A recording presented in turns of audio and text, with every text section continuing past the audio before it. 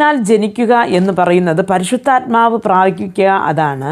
അപ്പം ജലത്തിനാൽ ജനിക്കുക എന്ന് പറഞ്ഞാൽ ഒരു വെള്ളത്തിൽ ജനനം എന്ന് പറയുന്നത് മറവിടത്തിൽ നിന്ന് വരുന്നതാണ്. അപ്പം വെള്ളത്തിനകത്ത് മുങ്ങിയിട്ട് എഴിക്കുന്നതെയാണ് ഇവിടെ പറയുന്ന ഒരു വെള്ളത്തിനാൽ ജനിക്കുക എന്ന് പറയുന്നത്. ഒരിക്കലും നാം ഒരു മൃഗമോ ഒരു മനുഷ്യനോ ആര് മരിച്ചാലും നാം ഭൂമിയുടെ പുറത്തിട്ടിട്ട് കുറേ മണ്ണ് മാത്രം വാരി ഇട്ടിട്ട് അടക്കി എന്ന് പറയത്തില്ല. കുഴിച്ച് മണ്ണിനടിയിലാക്കി മണ്ണ് പുറത്ത് ഇട്ടിട്ടേ നാം കുഴിച്ചിട്ടു എന്ന് പറയുള്ളൂ. അപ്പോൾ ഇവിടെ ഒരു കുഴിച്ചിടുക അതിൻ്റെ അതുപോലെയാണ് വെള്ളത്തിനടിയിൽ മുങ്ങി നാം എണീറ്റ് വരുന്നത്. അപ്പോൾ ആ ഒരു വചനം ഇവിടെ പറയും. നാം അതേപോലെ തന്നെ അതിൽ നോക്കുമ്പോൾ നാം യേശു പറയുന്ന ഒരു കാര്യം 4-ാമത്തെ അധ്യായത്തിൽ ഞാൻ കഴിഞ്ഞ ക്ലാസ്സിൽ പറഞ്ഞ 4-ാമത്തെ വാക്യത്തിൽ